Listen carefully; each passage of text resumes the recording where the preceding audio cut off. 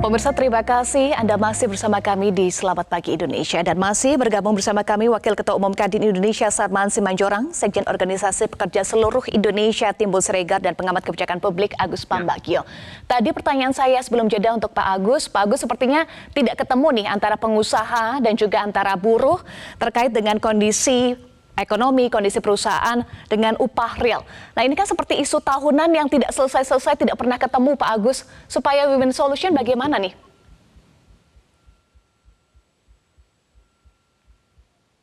Pak Agus, mohon tolong di-unmute. Mohon maaf. Memang tidak akan pernah ketemu kepentingan buruh dengan pengusaha. Tidak akan, penengahnya kan tripartit pemerintah. Tapi tadi sudah disampaikan oleh Timbul kan rumusnya. Saya sebagai kebijakan ya patut bahwa taat pada peraturan yang ada. Persoalannya bagaimana saat membuat peraturan itu. Gitu. Kalau sekarang tidak bisa keluar dari aturannya sudah ditetapkan. Karena itu artinya pelanggaran. Kalau tidak ya namanya reverse policy disesuaikan. Nah, tapi sekali lagi kalau dari sisi kebijakan itu mengikuti peraturan yang ada. Nah, kalau kenapa kita selalu ribet? Ya begini, karena untuk jadi pengusaha itu kosnya besar sekali. Coba tanya Pak Sarman itu. Untuk izin berapa? Untuk itu berapa? Semua kan dikapitalisasi menjadi tadi kosnya, kemudian Pak buruh berapa. Dan juga bunga bank. Kalau pinjam bank pun kan ada fee-nya. Dan itu semua yang tidak bisa dihilangkan sejak zaman kuda gigit besi di Indonesia. Jadi sampai hari ini pun selalu tidak akan pernah ketemu. Mau kapan pun itu pasti.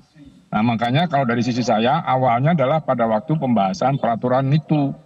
Mau patokannya yang mana? Upah real kah? Upah apa tadi yang segala macamnya dengan teori dan perhitungannya itu harus jelas. Karena kalau tidak sampai kapanpun tidak akan pernah ada kata sepakat. Ya pemerintah paling mencari jalan keluar atau memberikan subsidi bentuknya tadi bansos-bansos itu. Kalau yang lain ngukurnya agak susah juga, bansos juga susah karena data miskin kan juga berbeda-beda. Jadi kayak lagi formulasinya seperti itu, tapi niatnya seperti apa? Itu kan kita tidak bisa menekan industri juga karena ketika ditekan dia tutup kan buruh juga. Kalau ketinggian, kalau kerendahan buruh yang kena. Jadi dicari formula yang baik itulah yang harus dilakukan oleh pemerintah di tripartit. Soal formula ini Pak Agus, kan dalam penentuan kenaikan UMP ada setidaknya 3 variabel ya, inflasi, pertumbuhan ekonomi dan juga indeks tertentu. Nah, menurut Anda cukup tidak variabel itu untuk memenuhi keadilan, unsur keadilan untuk semua pihak? Ya masalahnya tiga tadi itu kan juga tidak jelas ya kan inflasi seperti apa. Karena sekali lagi seperti sekarang nih ekonomi Indonesia tidak sedang baik-baik saja. Saya tinggal menunggu nanti tanggal berapa 28 November ya mulai kampanye ya. Itu kita lihat seperti apa itu harga-harga. Ya kan kemudian juga kan sekarang barang-barang yang kita butuhkan seperti ini nih contoh saya sedang bahas sebelum bahasan ini yaitu import kemudian barang utama untuk pembuatan makanan pangan itu namanya garam dan gula itu sudah masuk neraca komoditas itu juga tidak sehingga industri bayar lebih mahal. Nah semacam ini kan mempengaruhi perhitungan juga. Jadi menurut saya tidak bisa hanya kita bicara di PP 51 tadi tetapi juga semua unsur yang terkait dengan ekonomi itu harus dihitung. Lagi kita masih biaya tingginya masih bukan main. Kalau kita industri mau bikin kosnya itu tinggi sekali. Jadi semua itu harus dicakup, dirangkum berapa keluarnya. Meskipun sekali lagi tidak akan pernah ada kata sepakat antara buruh dengan pengusaha. Baik, iya Pak Sarman disampaikan Pak Agus 3 variabel ini tidak cukup. Apalagi indeks tertentu, ini indikatornya kan seperti tidak jelas begitu ya, bahkan rawan kepentingan. Sebetulnya seperti apa penentuan indeks tertentu ini Pak Sarman? Ya, jadi begini, indeks tertentu ini kan diambil dari kontribusi faktor tenaga kerja terhadap terciptanya pertumbuhan ekonomi dalam hal ini. Nah itu sudah lembaga. Halo.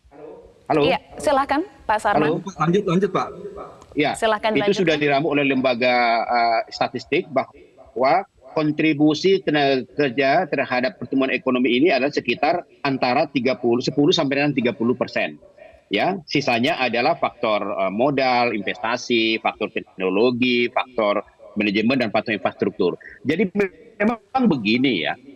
memang dari dulu memang kami dari kalangan pengusaha juga memang selalu ingin bagaimana supaya masalah isu UMP ini bukan menjadi isu yang setiap ramai terus.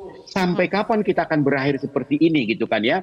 Dan di negara-negara luar, kalau kita lihat di negara-negara luar, hanya di Indonesia yang setiap tahun kalau kita sudah memasuki bulan Oktober, November itu masalah UMP ini muncul-muncul kembali. Jadi memang saya setuju dengan Pak Agus tadi, memang kita harus duduk ya bersama bagaimana merumuskan suatu kebijakan yang betul-betul minimal dominan bisa diterima oleh semua pihak. Saya tidak yakin juga sekalipun kita nanti menemukan formula yang tepat, apalagi dengan banyaknya serikat pekerja, belum tentu juga ini kompak gitu kan ya. Tapi minimal kita menemukan suatu formula yang betul-betul moderat yang bisa mendekati diterima oleh semua pihak. Kami juga dari pengusaha Mbak Eva, terus terang saja kami juga capek kalau setiap tahun selalu muncul masalah UMP ini terus. Sampai kapan gitu kan? Di satu sisi kita lupa misalnya bagaimana supaya SDM tenaga kerja kita ini semakin baik, semakin produktif, memiliki skill, memiliki keahlian gitu kan. Baik. Karena kita tahu hampir 90% tenaga kerja kita saat ini juga berpendidikan sekolah menengah ke bawah dalam hal ini.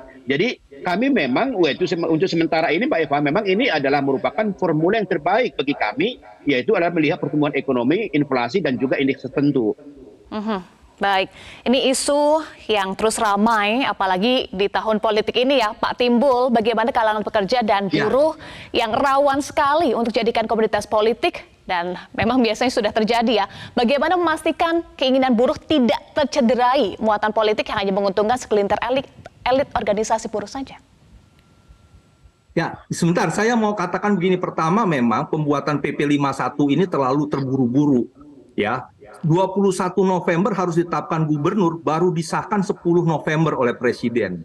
Ya, ini kan persoalan meaningful participation yang disampaikan oleh MK itu tidak dilaksanakan oleh pemerintah. Sehingga penentuan 0,1 sampai 0,3 itu menurut saya tidak objektif.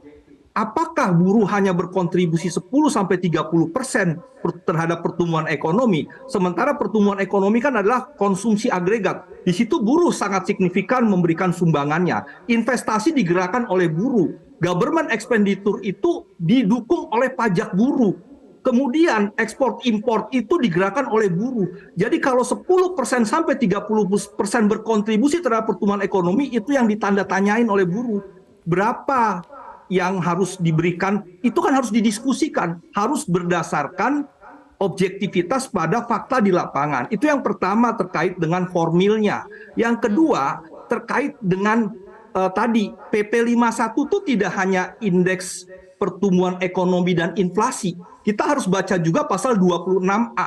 Konsumsi rata-rata masyarakat dan jumlah anggota rumah tangga yang bekerja itu pun mempengaruhi kenaikan upah. Kalau kita baca pasal 26A, kalau tadi formula di pasal 26. Pasal 26A itu bila konsumsi rata-rata di masyarakat dibagi jumlah anggota masyarakat keluarga yang bekerja lebih besar daripada upah minimum existing, lebih kecil daripada upah minimum existing, maka kenaikannya hanya pertumbuhan ekonomi kali indeks, tidak menyertakan inflasi. Nah, ini yang 26A ini terjadi di daerah Bekasi, Kabupaten Kerawang.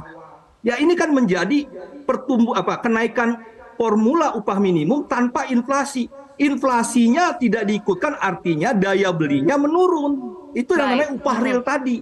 Jadi ini yang menurut saya bahwa PP 51 itu tidak fair ya. Karena dalam pasal 26 dan 26A itu konstruksinya bagaimana upahnya hanya upah nominal, upah real tidak diperhitungkan. Nah, jadi pertanyaannya tadi bagaimana? Nah, tentunya kan memang penarik keputusan itu gubernur. Menurut saya ya, sekarang ini kan gubernur itu kan banyak yang di-PJ-kan.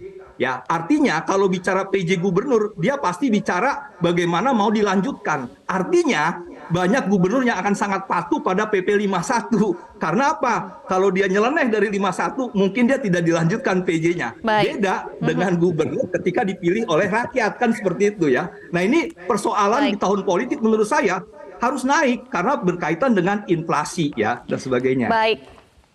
Terakhir singkat saja, Pak Agus, lagi-lagi soal formula ya, yang ideal untuk seluruh pihak agar semuanya bisa memenuhi rasa keadilan, tetapi formula yang tidak politis, yang tidak dipolitisasi. Saran Anda singkat saja.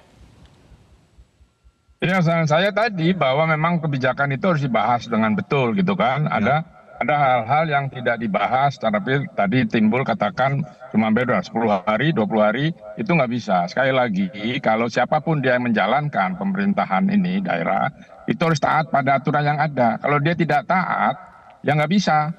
Saya dari sisi kebijakan, itu kebijakan dibuat sudah, jadi semuanya harus mentaati itu.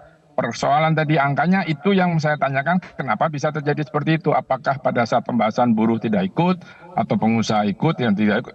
Itu semuanya berawal dari, kalau dari sisi saya kebijakan, berawal dari peraturan yang dibuat. Itu saja.